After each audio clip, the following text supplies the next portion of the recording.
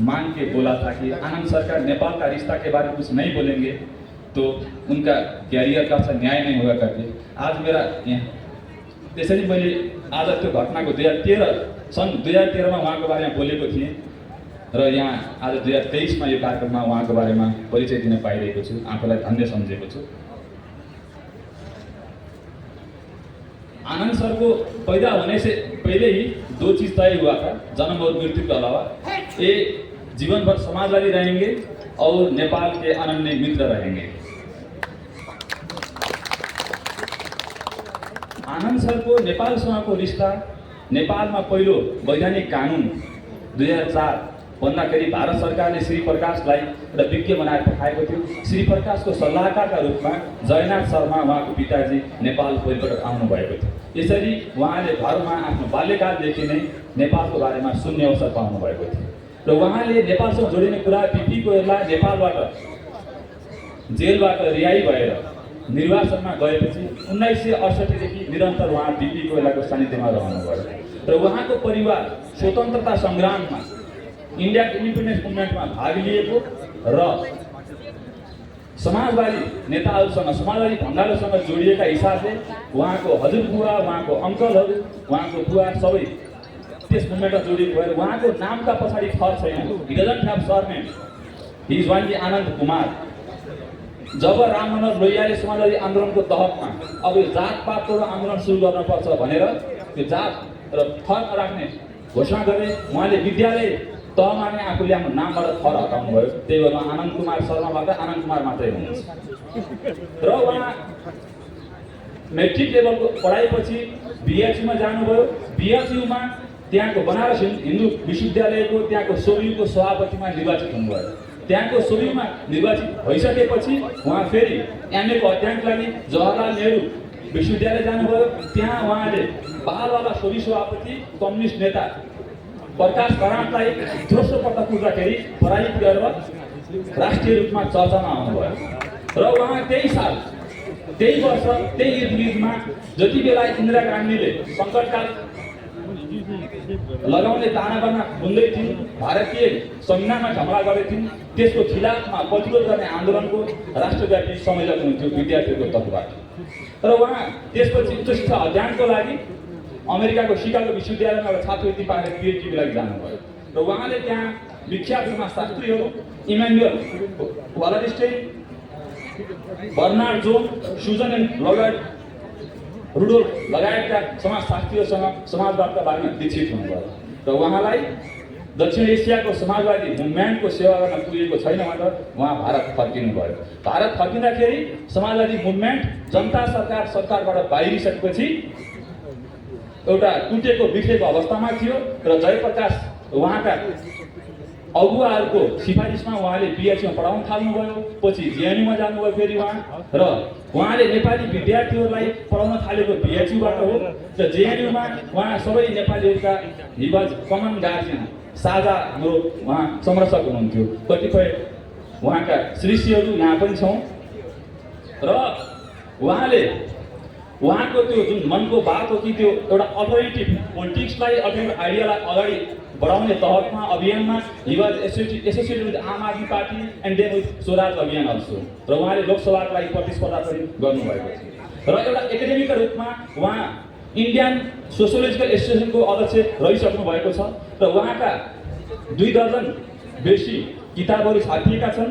तीमध्ये प्रमुख किताबहरू political sociology of India, estate and society in India, nation building in India, Gandhi Lohia JP और हमारा समय, परिवर्तन की राजनीति और राजनीति का परिवर्तन, लोहिया का 100 वर्ष लगायत उहाँका जर्नलका लेखहरू 100 भन्दा बेसी उहाँका जर्नल आलेखहरू हिन्दी र अङ्ग्रेजी भाषामा प्रकाशित छन् र उहाँ जन्म सङ्ग्रहको बेला नेपालमा आएर 20 दिन बसेर जन्म सङ्ग्रह जिताउन लागि पर्नु भएको थियो र उहाँ त्यस यता पनि नेपाल बारम्बार आइराख्नु भएको छ र बिपी कोइरालासँग सवाल जवाफ गर्ने दुर्लभ अवसर उहाँलाई मिलेको थियो। उहाँले नजिकबाट देख्नु भएको थियो बिपी कोइरालालाई र उहाँले आफूले लेख्दै गरेको किताबमा, जो किताब लेख्ने जा रहे हैं तो कुछ मेमोयर के जिन बड़े लोगों के साथ मिले थे। त्यसमा एउटा बिपी कोइरालाको च्याप्टर पनि उहाँले लेख्ने बताउनु भएको छ। र यति कुरा भनिसकेपछि प्रदीप गिरीकै भाषामा भन्नुपर्दाखेरि प्रोफेसरों का पोलिटिशियन और पोलिटिशियनों का प्रोफेसर प्राध्यापक डाक्टर आनन्द कुमारलाई म आजको यस विषय उहाँको टाइम लिनको लागि कम्तीमा 3 महिना अगाडि उहाँसँग समय लिनुपर्छ, किनकि उहाँको अल इन्डिया र बाहिर पनि बोल्नको लागि यति निम्तो आइरहेको हुन्छ। मैले अक्टोबर 2 मा एउटा गान्धी सम्बन्धी प्रवचन गर्नको लागि उहाँसँग समय मागिरहेको थिएँ, त्यो तय भइसकेको थियो। फेरि पार्टीले कार्यक्रम आयोजना गरेपछि सर समय मिलाउनु पर्ने भयो भनेपछि मैले तुरुन्त समय मिलाउनु भयो। म 4 दिनदेखि उहाँसँग सँगै छु र उहाँले यसरी पार्टीको अफिसियल फिरमाइसमा आएर यसरी बिपीको बारेमा, गान्धीको बारेमा र मार्क्सको बारेमा र 21औं शताब्दी अर्थात् वर्तमानमा समाजवादको तलास र खोजीको बारेमा यो शीर्षक उहाँ आफैले चयन गर्नुभएको हो। किनकि बिपी जहिले पनि कार्ल मार्क्स र गान्धीका बिचमा फ्लक्चुएट गर्नुभयो। के थियो त त्यो अन्तरले, अथवा ती सबैको खोजी एउटै थियो कि थिएन त, त्यो बारेमा सरले आज प्रकाश पार्नुहुनेछ। यत्रो विद्वतजनलाई let's give him big applause and welcome him at the dash.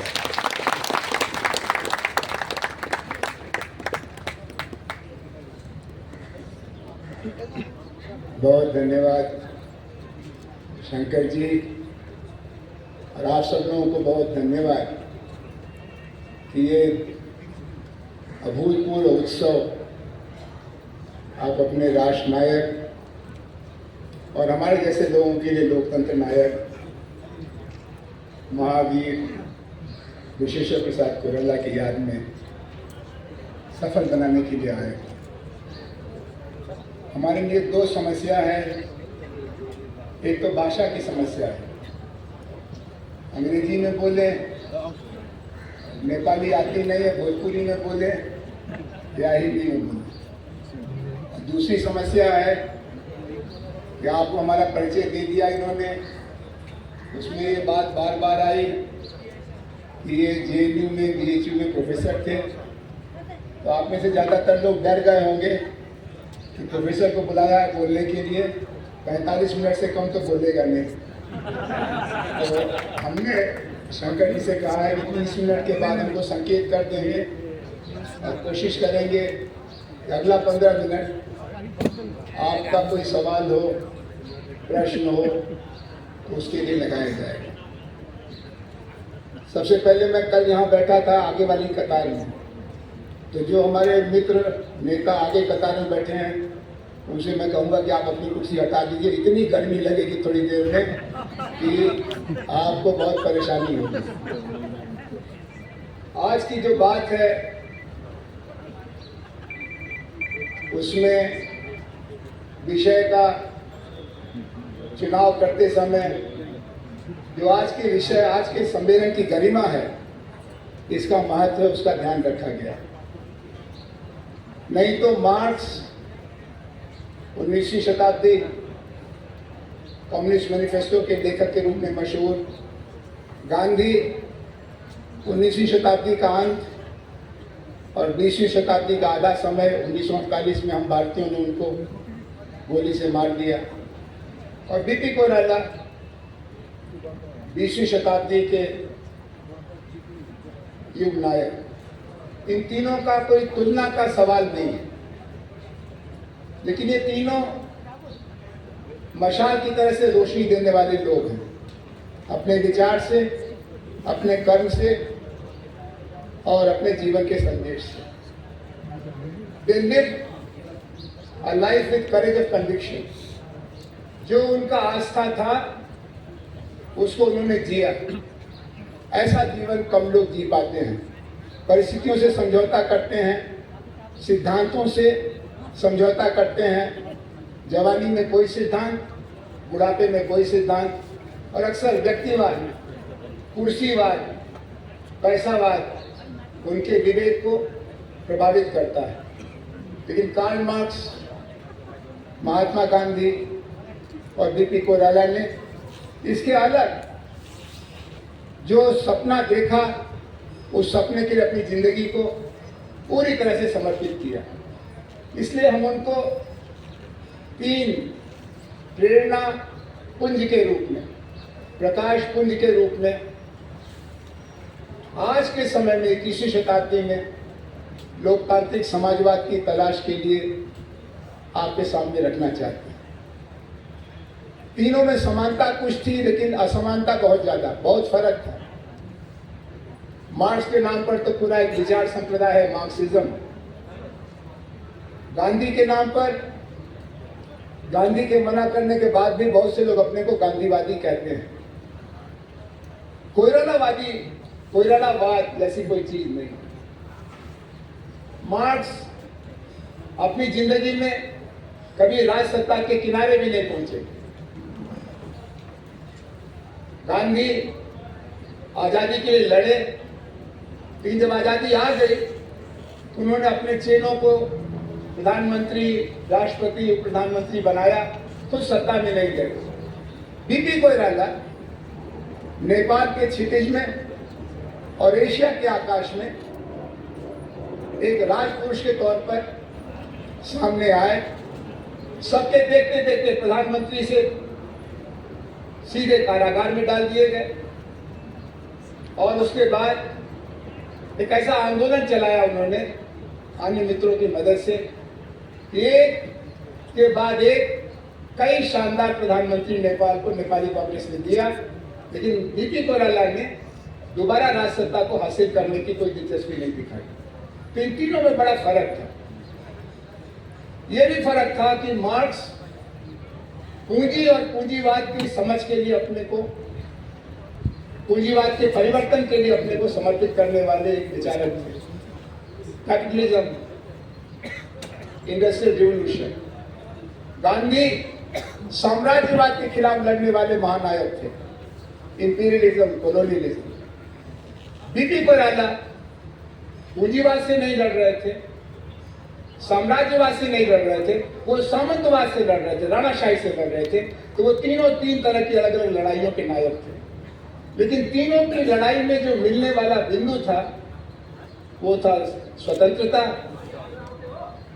समता, न्याय और मनुष्य की गरिमा।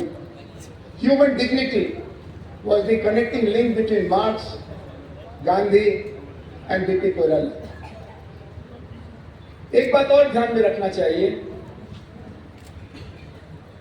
कि गांधी 20 बरस अपने फॉर्मेटिव ईयर्स में, जवानी के दिनों में, अपना देश रोटी के लिए छोड़ने को मजबूर हुए, नॉन रेजिडेंट इंडियन हुए, दक्षिण अफ्रीका में रहे 20 साल। उसके बाद देश लौटे तो एक प्रसिद्ध संघर्ष नायक के रूप में उनकी प्रसिद्धि उनसे आगे आगे आई। मार्क्स अपने देश जर्मनी में रह नहीं पाए, विद्वान थे, ज्ञानी थे, लेकिन पढ़ाने का काम नहीं मिला, एग्जाइल में रहना पड़ा इंग्लैंड में, और जिंदा रहते वो दोबारा जर्मनी नहीं लौट पाए।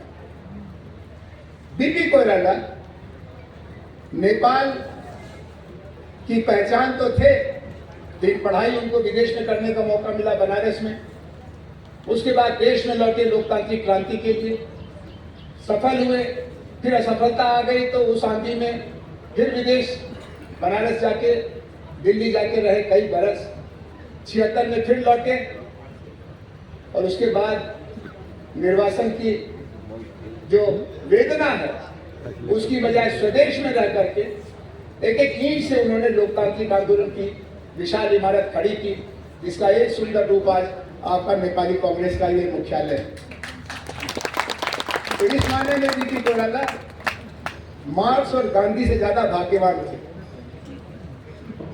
लेकिन उन्होंने अपने देश का क्या महत्व होता है उसको भी बहुत नजदीक से देखा था। विदेश में परदेशी के रूप में शरण लेना कितना पीड़ादायक होता है इसको जाना था, और उसी वेदना को समझ के उन्होंने राष्ट्रीयता को लोकतंत्र और समाजवाद के बराबर महत्व दिया। आज 21वीं शताब्दी के तीसरे दशक में हम लोग जब बात कर रहे हैं तो जैसा शंकर जी ने आपको बताया, मैं खुद भारतीय समाजवादी आंदोलन का एक सिपाही हूँ। 1966-67 से जो यात्रा शुरू हुई आज तक चल रही है। कभी हमारा नेता गायब हो गया, हमारे समर्थक चले गए, कभी हमारी पार्टी चली गई। आज भारत में कोई ऑल इंडिया सोशलिस्ट पार्टी नहीं है। इस मायने में नेपाली लोगों को सलाम कि तमाम तूफानों के बावजूद आपने ये दिया, कुछ ने नहीं दिया। और नेपाली कांग्रेस शुरू हुई, सत्ता में आई, फिर विपक्ष में गई, फिर सत्ता में आ जाती। ये बहुत बड़ा योगदान है नेपाली डेमोक्रेटिक मूवमेंट का, जो भारतीय समाजवादी आंदोलन नहीं कर पाया। लेकिन आज हमारा और आपका एक साझा सवाल है, समाजवाद का क्या भविष्य है। मुझे मालूम नहीं कि नेपाल में समाजवाद की क्या छवि है, लेकिन भारत में अगर आप समाजवादी कहिए कि मैं समाजवादी हूं, तो तुरंत वो एक दो नेताओं से आपको जोड़ते हैं, वो आप उसके समर्थक हैं। और उन नेताओं में दुर्भाग्य से गांधी का नाम नहीं होता, जयप्रकाश का नाम नहीं होता, लोहिया का नाम नहीं होता। ऐसे लोगों का नाम होता है जिनका समाजवाद से अब कोई रिश्ता बचा नहीं। उनका नाम सवेरे लीजिए तो देकर खाना नहीं मिलेगा, इतने मनुष्य लोग। और लोकतंत्र खतरे में पड़ गया है। समाजवादी विचार और कार्यक्रम धुंधले हो गए। जिन कार्यक्रमों को लेकर समाजवादियों ने मजदूरों किसानों की एकता बनाई, नौजवानों में उमंग पैदा किया, वो कार्यक्रम आधे अधूरे तौर पर लागू हो चुके हैं। उससे आगे जाना है। और समाजवाद में राम मनोहर लोहिया ने समाजवाद की परिभाषा करते समय दो शब्दों का इस्तेमाल किया, समता, आइए समता और संपन्नता। आज समाजवादी आंदोलन के नेताओं के बीच में समता और संपन्नता में डाइवोर्स हो गया है। उनको संपन्नता तो चाहिए, समता नहीं चाहिए। न पार्टी में समता चाहिए, न समाज में समता चाहिए। और जो लोग कल तक समता के लिए समाज में भी लड़ रहे थे, जाति व्यवस्था के खिलाफ, पुरुषवाद के खिलाफ, पूंजीवाद के खिलाफ, उनके मन में भी समता को लेकर शंका पैदा हो गई। तो आज समाजवाद एक टूटे पांव वाली गुड़िया या बूढ़ा हो गया है। दो पांव पर समाजवाद को चलना था, समता और संपन्नता। समता वाली टांग टूट गई है, प्लास्टर लग गया। आज समता के पक्ष में दक्षिण एशिया में आंदोलन नहीं के बराबर चल रहे हैं। अगर थोड़ा बहुत चल रहा है तो दलित आंदोलन है और महिला आंदोलन है। महिला आंदोलन चाहता है नर नारी समता, और दलित आंदोलन चाहता है जाति मुक्त समाज व्यवस्था। लेकिन उनके नेता भी मौका मिलने पर, सरकार में आने पर समता वाला मंत्र भूल जाते हैं, खाली संपन्नता वाला मंत्र याद करते। ऐसे समय में मार्क्स, गांधी और बीपी कोइराला को याद करके 21वीं शताब्दी में लोकतांत्रिक समाजवाद की तलाश करना, एक अंधेरे कमरे में उस काली बिल्ली को पकड़ना है जो काली बिल्ली कमरे में है ही नहीं। क्योंकि लोकतांत्रिक समाजवाद और मार्क्सवादी समाजवाद में बड़ा अंतर यह था कि मार्क्सवादी समाजवाद वर्ग संघर्ष के जरिए श्रमजीवी जमातों की राज सत्ता पर कब्जा करने की रणनीति और दर्शन था। उसमें चुनाव का बहुत महत्व नहीं था। चुनाव में सत्ता मिल गई तो ठीक है, नहीं तो बिना चुनाव के भी। लेनिन ने चुनाव से चुनी हुई सरकार को पलट के सत्ता पाई थी। माओ ने चुनाव का इंतजार ही नहीं किया। लेकिन लोकतांत्रिक समाजवादियों का मानना है कि अगर समाज में हम चेतना बनाएंगे, एकता बनाएंगे, तो खून खराबे की कोई मजबूरी नहीं है और वोट की ताकत से हम राज सत्ता पर कब्जा पा सकते हैं। जवाहरलाल नेहरू वोट की ताकत से राज सत्ता पर आए थे और कई मुख्यमंत्री उत्तर प्रदेश के, बिहार के, अभी कर्नाटक के वोट की ताकत से राज सत्ता में आए थे। और वोट की ताकत से मिली सरकार ने भूमि सुधार किया, जमींदारी एबॉलिशन किया, बीबी पर्स खत्म किया, रोजगार का अधिकार दिया। तो लोकतांत्रिक समाजवादियों के लिए वोट का रास्ता और आंदोलन का रास्ता एक ही सिक्के के दो पहलू हैं। पहले जनता में चेतना, उसके बाद आंदोलन उस आंदोलन को चुनाव के जरिए जनादेश में परिवर्तित करना। लेकिन इसमें जो सबसे बड़ा मंत्र है चुनाव वाला, वही बिगड़ गया है। नेपाल में चुनाव कैसे होता हमको नहीं मालूम और मैं जानना भी नहीं चाहता, क्योंकि हमको मालूम है कैसे चुनाव होता है। लेकिन भारत के चुनाव के बारे में मैं आपको बताना चाहता हूं। महादेश है, 1 अरब 40 करोड़ लोग हैं। भारत के चुनाव को 3 बीमारियों ने पकड़ लिया है। मनी पावर, अगर पैसा नहीं है तो आपकी पार्टी ही आपको टिकट नहीं देगी, और जब पार्टी टिकट नहीं देगी तो जनता आपको क्यों वोट देगी? पहले के चुनाव में जवाहरलाल नेहरू के चुनाव तक 1967 तक जो उम्मीदवार जितनी सादगी से चुनाव लड़ता था, लड़ती थी, उसके जीतने की संभावना उतनी ज्यादा होती थी। तो बहुत से उम्मीदवार कम्युनिस्ट सोशलिस्ट तो पैदल ही चुनाव का प्रचार करते थे, पद यात्रा करते थे। थोड़ा ताकत ज्यादा हो तो साइकिल पर लड़ते थे, और अगर कुछ हुआ तो एक कोई पुरानी सेकेंड हैंड जीप से दौड़ते थे। अभी अगर आप साइकिल पर प्रचार करेंगे, जीप पर प्रचार करेंगे, तो जनता आपको खारिज कर देगी। कम से कम 10, 20, 50 गाड़ी के साथ तो आइए, हवाई जहाज से तो उतरिए, हेलीकॉप्टर से उतरिए। चुनाव के समय में भारत में हर हेलीकॉप्टर बुक रहता है, हर जहाज बुक रहता है। इतना दौरा हवाई जहाज से होता है। धन शक्ति। अभी चुनाव हुआ, हमारे मित्रों ने चुनाव जीता कर्नाटक में।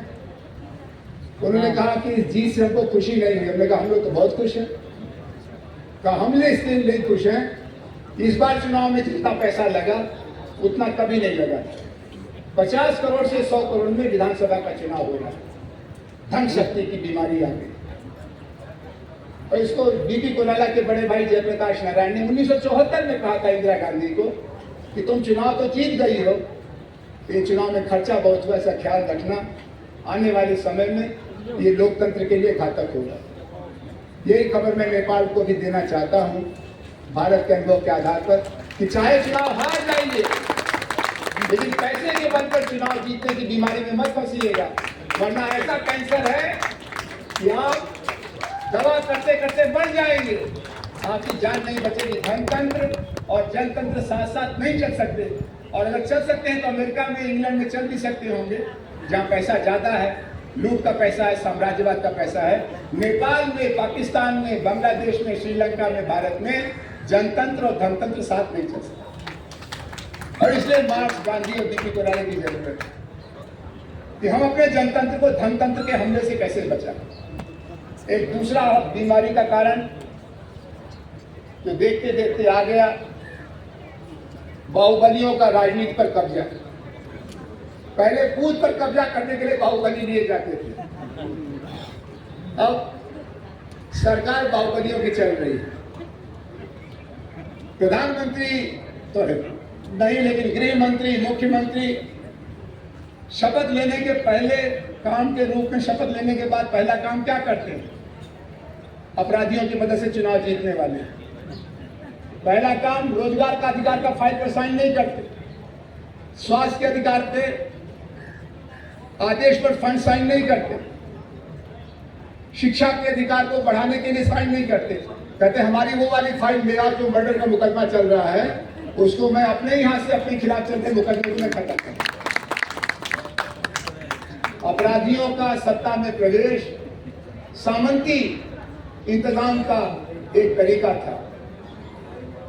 जो जितना बड़ा गुंडा सामंतवाद में, उसके हाथ में उतनी बड़ी ताकत है। लोकतंत्र, लोक सेवकों का संगठन, लोक सेवकों की सरकार, लोकहित की सरकार थी। अब अगर कानून तोड़ने वाले लोकसभा और विधानसभा में बड़ी तादाद में पहुंचेंगे तो उस देश का क्या हाल है? अपराधीकरण, जिसको अंग्रेजी में कहते हैं मसल पावर, भारत की व्यवस्था की तारीफ करना हमारी जिम्मेदारी है, क्योंकि मैं भारतीय हूँ। और जैसे आप नेपाल भक्त हैं, आप बोलते हैं जय नेपाल, हम भारतीय हैं, हम बोलते हैं जय हिंद। लेकिन जय हिंद में जय करने लायक बहुत कुछ बचा नहीं है।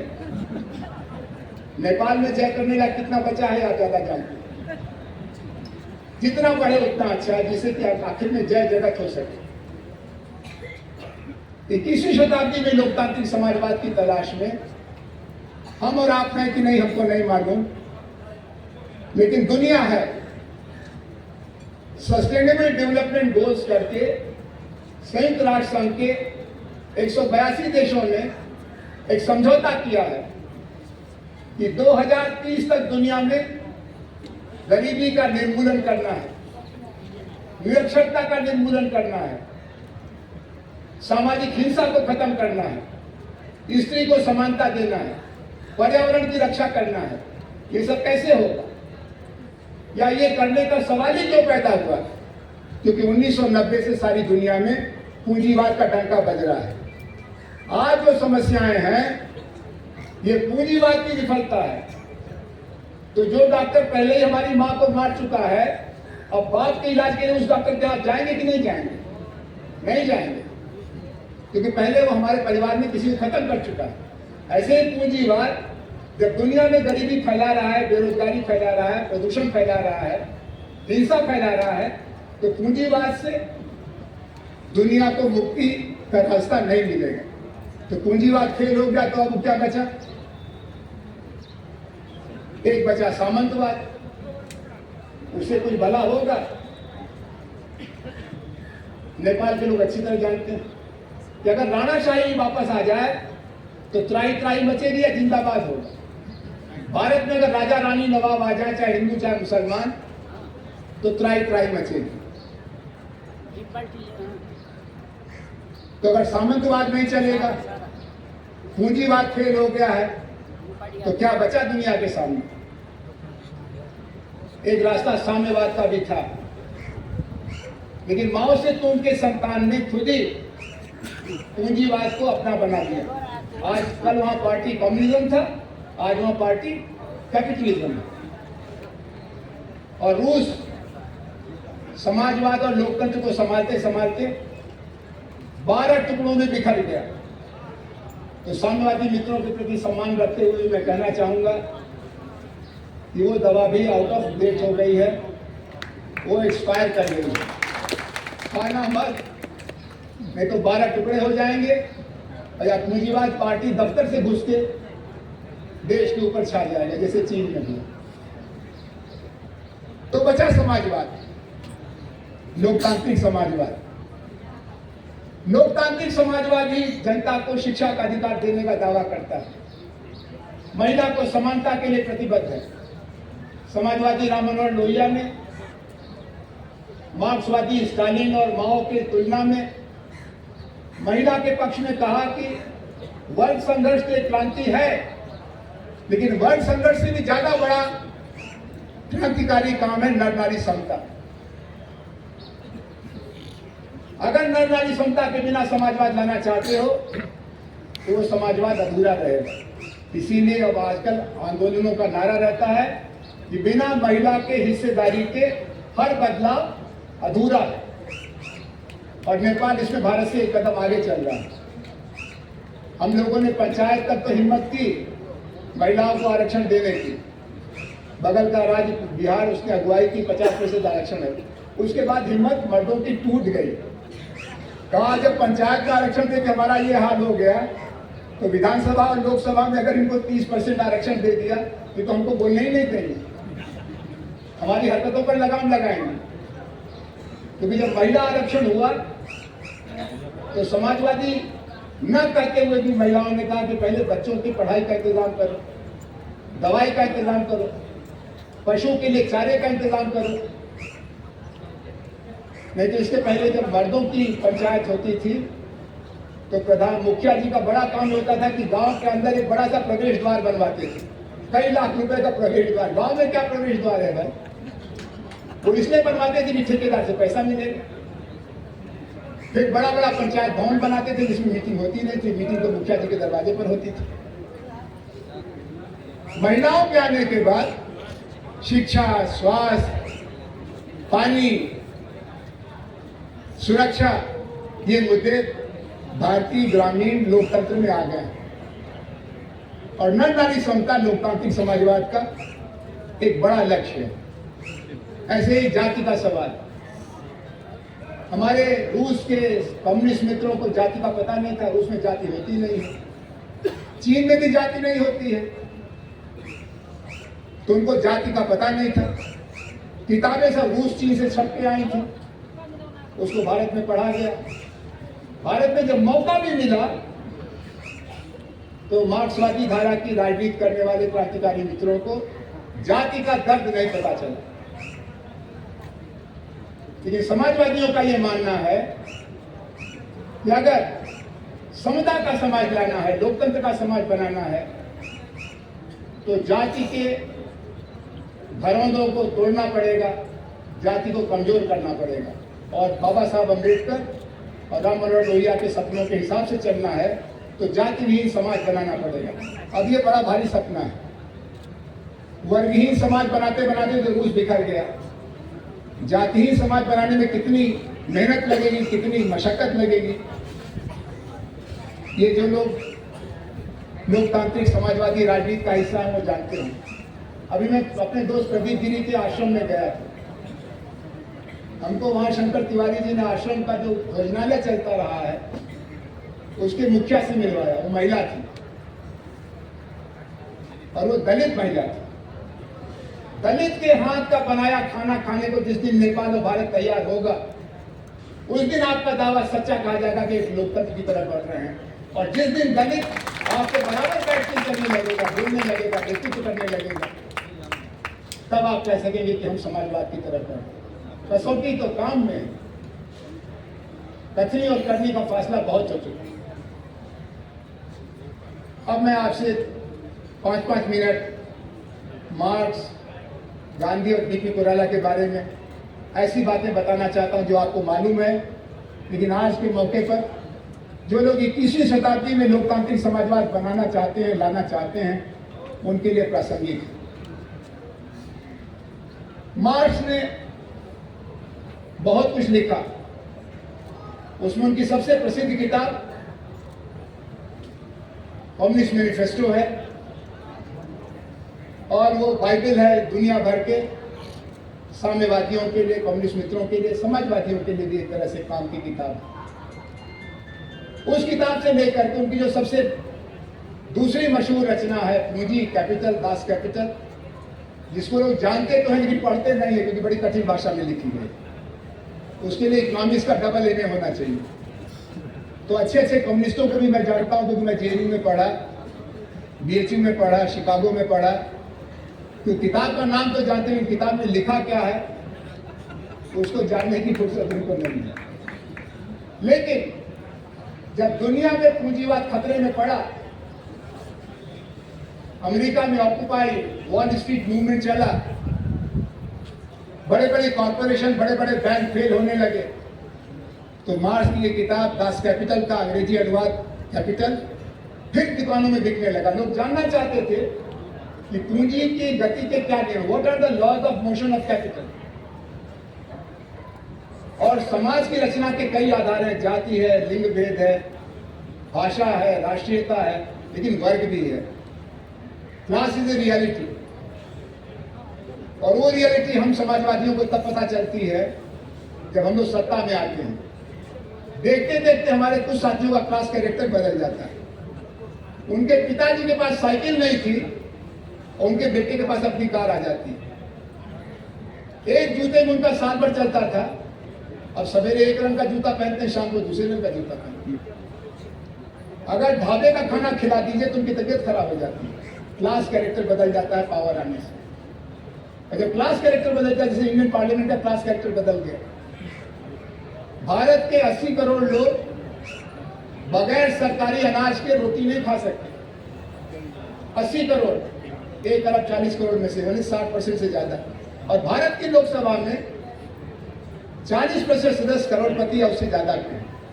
तो जब सदन में बहुमत करोड़पतियों का होगा और जनता में ज्यादा तादाद गरीबों की होगी, तो वो लोकसभा उस जनता का क्या भला करेगी। इसीलिए पिछले दिनों में हिंदुस्तान की संसद लगातार हाशिए पर गई है। आज मार्क्स की वर्ग की अवधारणा, क्लास का कंसेप्ट और वर्ग संघर्ष की समस्या, इसका सच दुनिया भर में ग्लोबलाइजेशन के फेल होने के कारण वापस लौट रहा है। लेकिन इस लड़ाई को लड़ने के लिए अब औद्योगिक मजदूर शक्ति संगठित नहीं रह गई है। यूरोप में तो मजदूर वर्ग करीब करीब खत्म हो गया। वेलफेयर स्टेट ने उनको इतनी सुविधाएं दी तो वो लोअर मिडिल क्लास का हिस्सा बन गए। अब वो हड़ताल करना भूल गए, संघर्ष करना भूल गए। भारत में भी मजदूर वर्ग है, लेकिन उसकी जो बड़ी ताकत है वो खाली प्रेयर और पिटीशन तक रह गई। वो बार बार जाते हैं, ज्ञापन देते हैं, फिर लौट के आते हैं, फिर जाते हैं, फिर ज्ञापन देते हैं। Only petitioning, not challenging the state power. तो फिर नेपाल का मजदूर आंदोलन कितना कर पाता होगा, इसका अनुमान लगाना कठिन है। लेकिन मार्क्स का जो वर्ग संघर्ष का दर्शन और सिद्धांत है वो आज 21वीं शताब्दी के लोकतांत्रिक समाजवादियों के लिए बहुत जरूरी है। नहीं तो वो पूंजी की ताकत का मुकाबला नहीं कर पाएंगे। पैसे से चुनाव लड़ना, पैसे से पार्टी चलाना अनिवार्य है, लेकिन पैसे वालों को पार्टी सौंप देना मीठा जाएगा। और पैसे वाले कहेंगे जब पैसा हमारा तो टिकट भी हमारे कहने से दो, और जब टिकट हमारा वाला मिल गया और जीत गया तो संसद भी हमारी मर्जी से चलेगी। इसलिए मार्क्स की आज बड़ी जरूरत है। वो मार्क्स तो जरूरी नहीं है जिसने कहा था कि जर्मनी में क्रांति होगी और जर्मनी के तमाम क्रांतिकारी शहीद हो गए, क्रांति नहीं हुई, क्रांति रूस में हुई। वो मार्क्स जरूरी नहीं है जिसने कहा कि किसान के अंदर क्रांतिकारिता नहीं होती है, वो उसका बड़ा सपना अपना खेत बड़ा करना है। वो प्राइवेट प्रॉपर्टी के लिए, निजी संपत्ति के लिए सब कुछ करता है। लेकिन माओ ने उस सिद्धांत को पलट दिया और किसान के अंदर क्या क्रांतिकारिता है ये भारत में गांधी ने दिखाया, आप यहाँ नेपाली कांग्रेस ने दिखाया। वो मार्क्स भी जरूरी नहीं है जिसने नर नारी संबंध को, धर्म को, जाति को सुपर स्ट्रक्चर का हिस्सा बताया था और कहा था कि जब बुनियादी ढांचा समाजवादियों के हाथ में आएगा तो ऊपर की व्यवस्था अपने आप बदल जाएगी। क्योंकि इटली के ग्रामशी ने मुसोलिनी के जेल में रह के जान लिया कठिन तरीके से कि संस्कृति एक स्वायत्त क्षेत्र है, उसका अर्थतंत्र का एक दूसरे पर निर्भरता का सिद्धांत है। संस्कृति अर्थतंत्र से नहीं चलती है। ये बात प्रेमचंद ने लिखी, टैगोर ने लिखी, 2 दिन से आप इस उत्सव में भी सुन रहे हैं।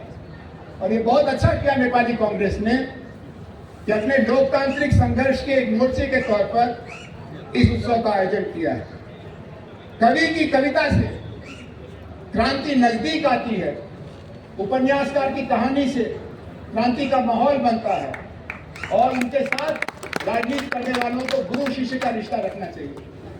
ये जो बुद्धिजीवी होते हैं, भाषण देते हैं, आप अक्सर बोर हो जाते हैं, इनके पास वोट तो है नहीं और अक्सर बुद्धिजीवियों को पैसा भी नहीं होता है। तो जब इनके पास वोट भी नहीं है, नोट भी नहीं है, तो इनके चक्कर में क्यों पड़ो?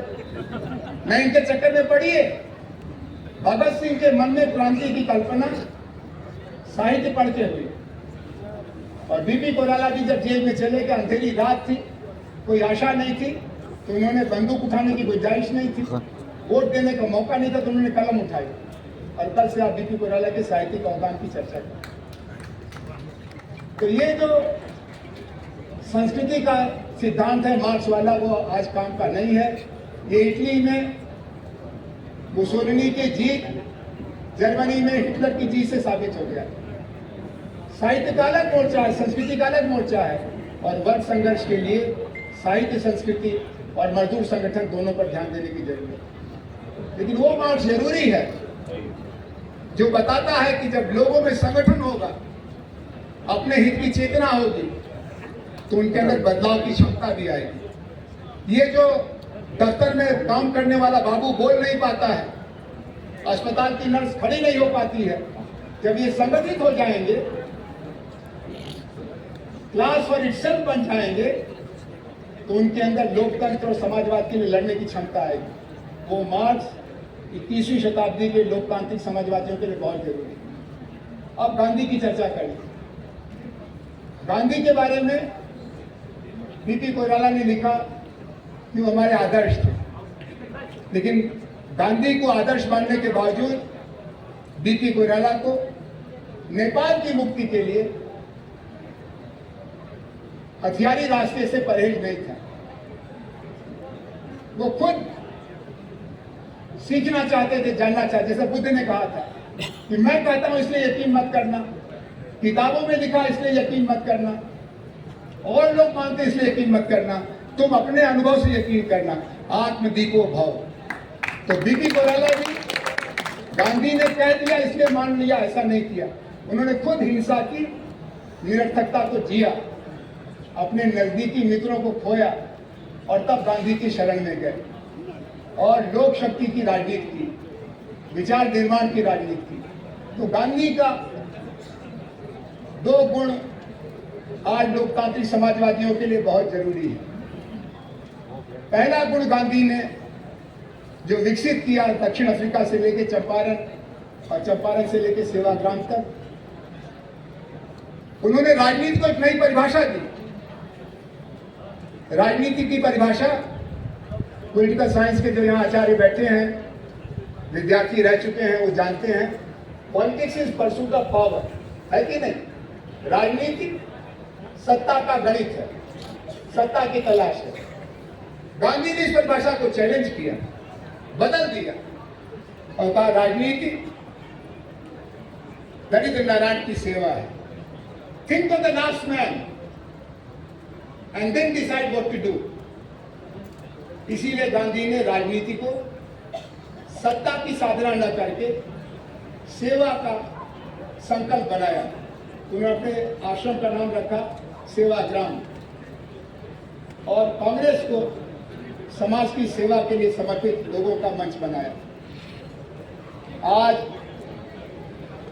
जब सत्ता आती है तब तो हमको लगता है चारों तरफ चांदनी है, गरीबी है धीरे धीरे जाएगी, अत्याचार है बहुत जमाने से चल रहा है, हम कोशिश कर रहे हैं कम हो जाए, लेकिन इस पर सरकार छोड़ना तो नहीं होगा और सबको लेके चलना है, समावेशी राजनीति करनी है। ऐसे ऐसे तर्क सत्ता के समय में आते हैं। जब सत्ता चली जाती है तब बिना पानी के मछली के तड़पने लगते हैं। इसी तरह से सत्ता आ जाए, पार्टी बदल के सत्ता आ जाए, सिद्धांत बदल के सत्ता आ जाए, दोस्तों को छोड़ के सत्ता आ जाए, अपनों को धोखा दे के सत्ता आ जाए, सत्ता आ जाए। आप इस खेल में नए हैं। नेपाल के लोग और मामले में आगे होंगे, लेकिन सत्ता के खेल में भारत की तुलना में आप अभी नए हैं। भारत में सत्ता का खेल 1934-35 से चल रहा है।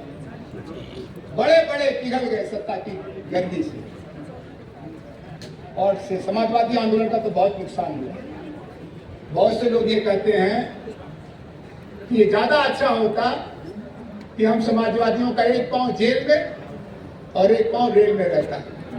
ये जो एक पांव दिल्ली में और एक पांव अपने बनाए हुए हवा महल में चला गया, इसे समाजवाद की ऐसी की तैसी हो। लोकतांत्रिक समाजवाद को मानने वाले लोग घट गए, क्योंकि समाजवाद के नाम पर वोट नहीं मिलेगा। समाजवाद के नाम पर आंदोलन तो चल सकता है, लेकिन वोट मिलने में बड़ी कठिनाई रहती है। इस मामले में गांधी का राजनीति को सेवा का माध्यम बनाना,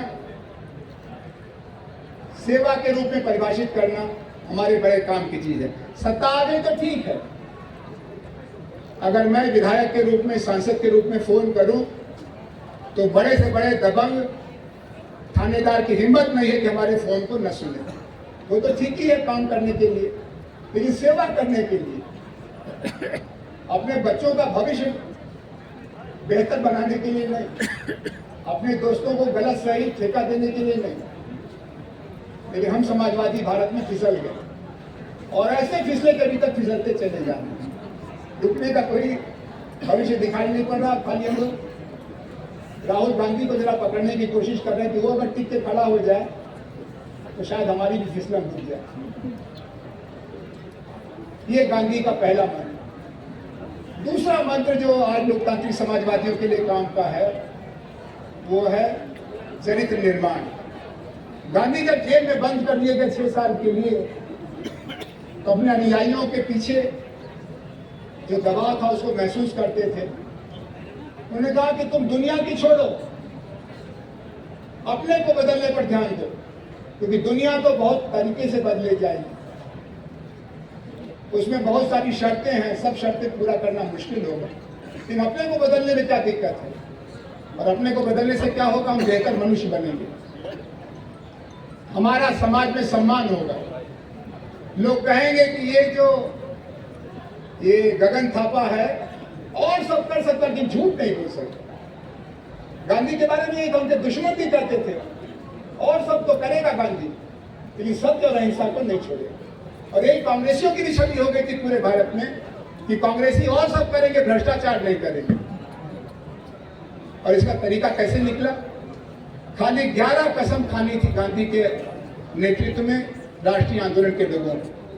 सत्य, अहिंसा, अस्तेय, सर्वधर्म समभाव, अस्पृश्यता निवारण, नर नारी सम्मान।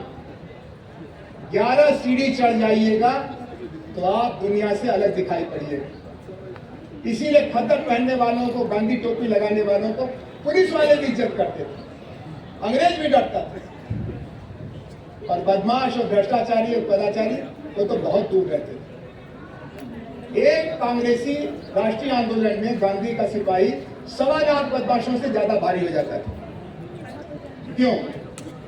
क्योंकि राष्ट्रीय आंदोलन में होने का मतलब था समाज को भी बदलना और अपने को भी बदलना।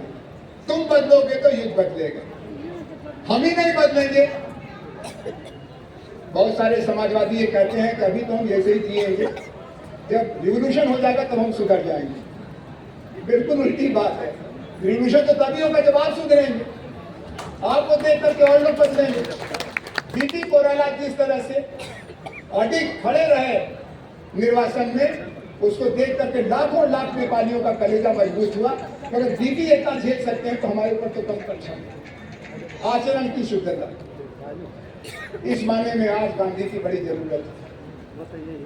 और ये बात बीपी कोराला ने महसूस की थी, देखा भी, और हम लोग महसूस कर रहे हैं। जब पूंजीवाद पराजित है, लोकतंत्र बीमार है और स्वतंत्रता खतरे में।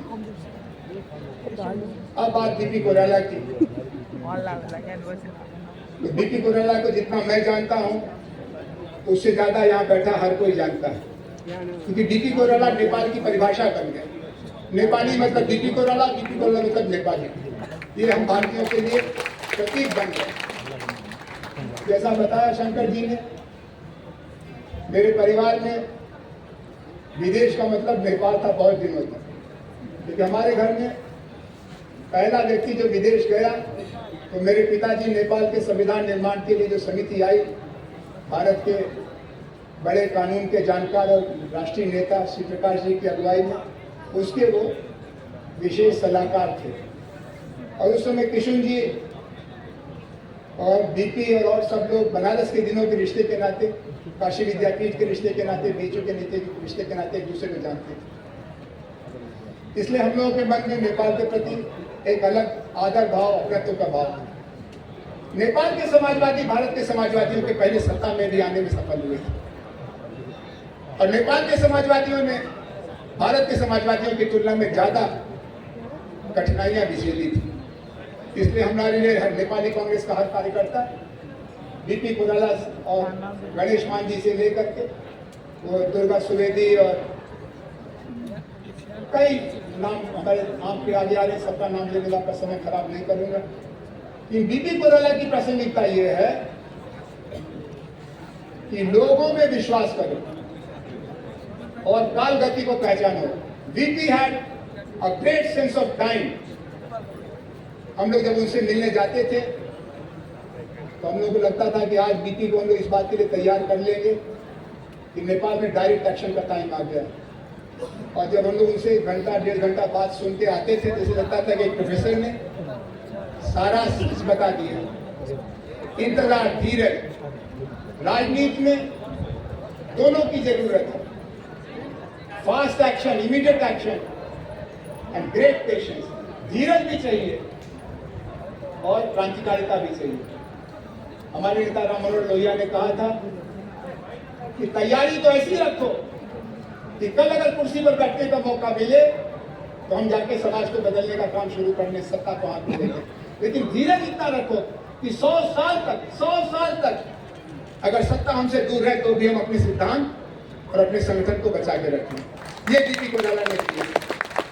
8 वर्ष का निर्वासन 1968 से 1976, भारत की सरकार खिलाफ, चीन की सरकार खिलाफ, अमेरिका की सरकार खिलाफ, भारत के तमाम पूंजीपति खिलाफ, भारत की तमाम राष्ट्रीय पार्टियां उधर मुंह कर लेती हैं जेपी जैसे कुछ लोगों को छोड़कर। उसके बावजूद किस भरोसे पर बीपी कोइराला और उनके साथी किशन जी, गणेश मान जी, गिरजा बाबू वगैरह वगैरह टिके रहे, वो भरोसा आप लोग थे।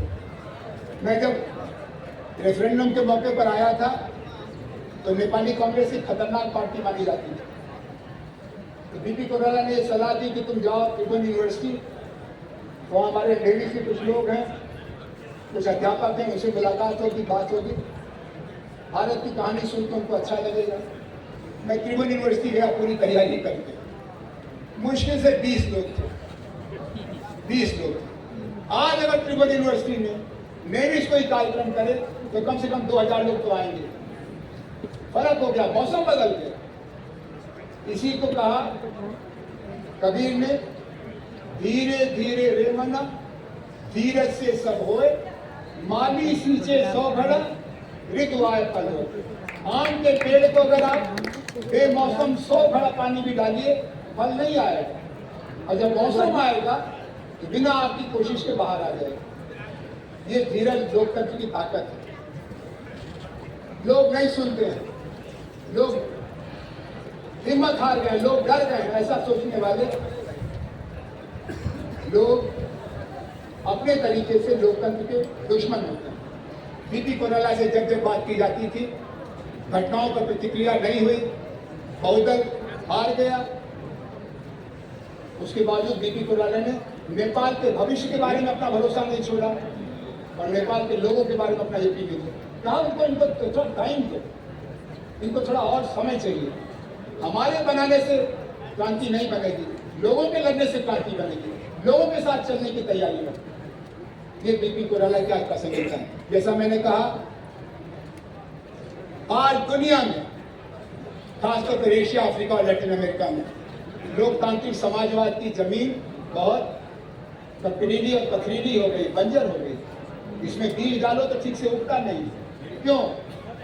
क्योंकि समता और संपन्नता के बीच में डाइवोर्स हो गया।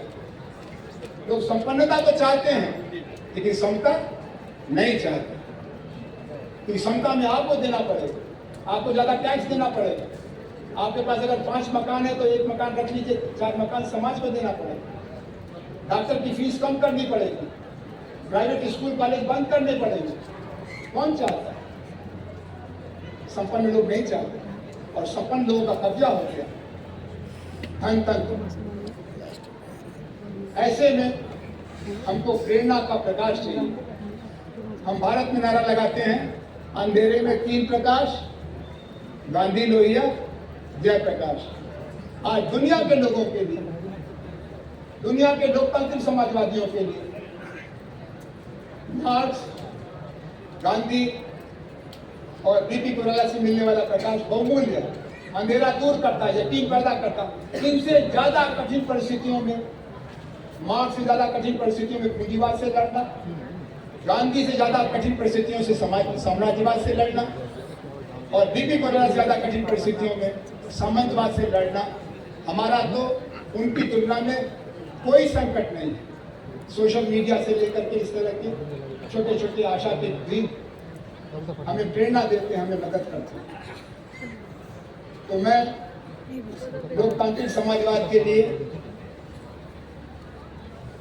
जो यूनाइटेड नेशंस डेवलपमेंट प्रोग्राम ने सस्टेनेबल डेवलपमेंट गोल्स का 17 पॉइंट एजेंडा बनाया है, उसी को आज लोकतांत्रिक समाजवादियों का मैनिफेस्टो मानने का आग्रह करता हूं। Let us consider the UN agenda of sustainable development goals which has to be achieved by 2030 as our immediate program, and for that we have to take lessons from all sources of inspirations from all parts of the world, particularly Marx, Gandhi and Koirala. मैं नेपाली कांग्रेस को इस बात के लिए बधाई देता हूं, इन्होंने पार्टी के दायरे से ऊपर उठकर एक संस्कृति समारोह किया है। इसमें कविता भी है, खेल भी है, उपन्यास भी है, भाषण भी है, विद्वान विश्वविद्यालय से भी आए हैं और पार्टी संगठन से भी आए हैं। यही समावेशी राजनीति का रास्ता है। आप इस मार्ग में आगे चलें।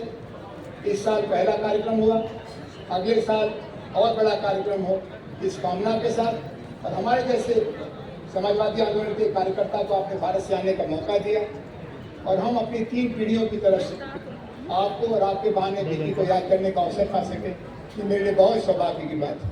मैं फिर से आपको अपना आभार प्रकट करता हूँ और बधाई देता हूं।